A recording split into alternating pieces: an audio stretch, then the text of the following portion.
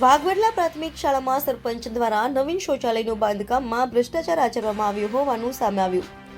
ફતેપુરા તાલુકાના વાઘવેડલા ગામે પ્રાથમિક શાળામાં નવીન શૌચાલયનું બાંધકામ કરવામાં આવી રહ્યું છે।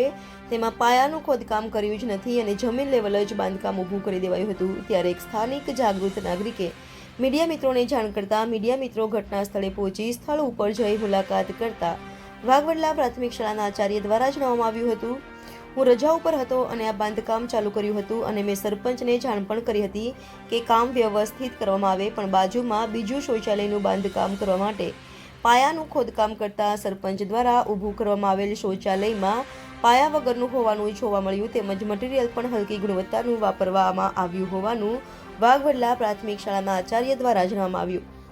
અને ગ્રામજનોનો આરોપ છે કે શાળાનું શૌચાલય બનાવવામાં ભ્રષ્ટાચાર આચરવામાં આવ્યો છે, તો લાગતા વળગતા અધિકારીઓ દ્વારા તેની તાત્કાલિક તપાસ કરવામાં આવે તેવી માંગ કરી છે। રિપોર્ટર મગન ડામોર, ગુજરાત ક્રાઇમ ન્યૂઝ, ફતેપુરા। તારીખ 30/12/2024 ના રોજ મને સ્થાનિક લોકોની દ્વારા માહિતી મળી હતી કે વાઘવેડલા પ્રાથમિક શાળાની અંદર સંડાસ બાથરૂમનું કામગીરી ચાલુ છે અને એની અંદર પાયો ખોદકામ કર્યા વગર ડાયરેક્ટ જ ચણવામાં આવે છે, જે બાબતે મને માહિતી મળી હતી, જેથી મેં શાળાના પ્રિન્સિપાલ રાજુભાઈ પારગીને ટેલિફોનિક જાણ કરી હતી। એના પછી અમે આજ રોજ મીડિયાની ટીમ બોલાવી અને રિયલી ચેક કરતા ખરેખર હકીકત એ છે કે ત્યાં આગળ બાંધકામ કરવામાં આવ્યું છે એની અંદર પાયો બિલકુલ ખોદવામાં નથી આવ્યો, એ સ્પષ્ટ જોવા મળે છે, જે હકીકત છે। જેથી મારી તમામ તંત્રને અપીલ છે, જે આ બાબત સાથે સંકળાયેલું હોય એમને મારી અપીલ છે કે આ બાબત પર ધ્યાન દઈ અને યોગ્ય કાર્યવાહી કરવામાં આવે। ખરેખર ખોટું થઈ રહ્યું છે, એ ક્યારે ચલાવી નહીં લેવું જોઈએ એવી મારી તમામ તંત્રને અપીલ છે। શું નામ છે? મારું નામ પ્રવીણભાઈ ડામોર। અભિવાદન કરું છું।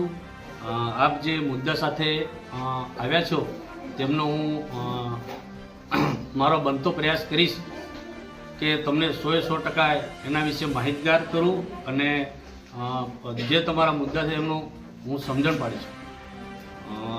અત્યારના સમયમાં મારા ખ્યાલથી 15 દિવસની અગાઉ ગ્રુપ ગ્રામ પંચાયત વાસિયા તરફથી એક શૌચાલય મંજૂર થયેલ છે વાઘવેડલા પ્રાથમિક શાળામાં, જે કુમાર શૌચાલય છે એવું સરપંચશ્રી દ્વારા મને જણાવેલ હતું।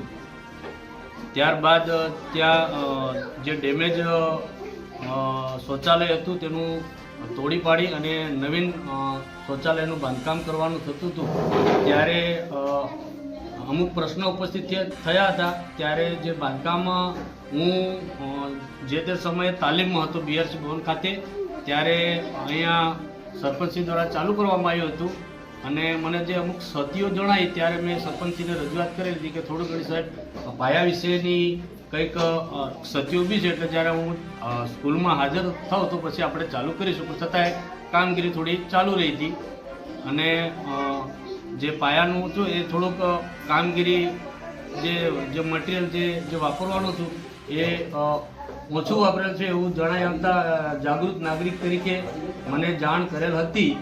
તો એ વિશે મેં સરપંચને કહેતા એ રૂબરૂ આજે બોલાવેલા હતા, પણ આજે આવી શક્યા નથી। અને આ જે રજૂઆત છે પગલે આપને કેવું લાગે છે કે ખરેખર રજૂઆત સાચી છે?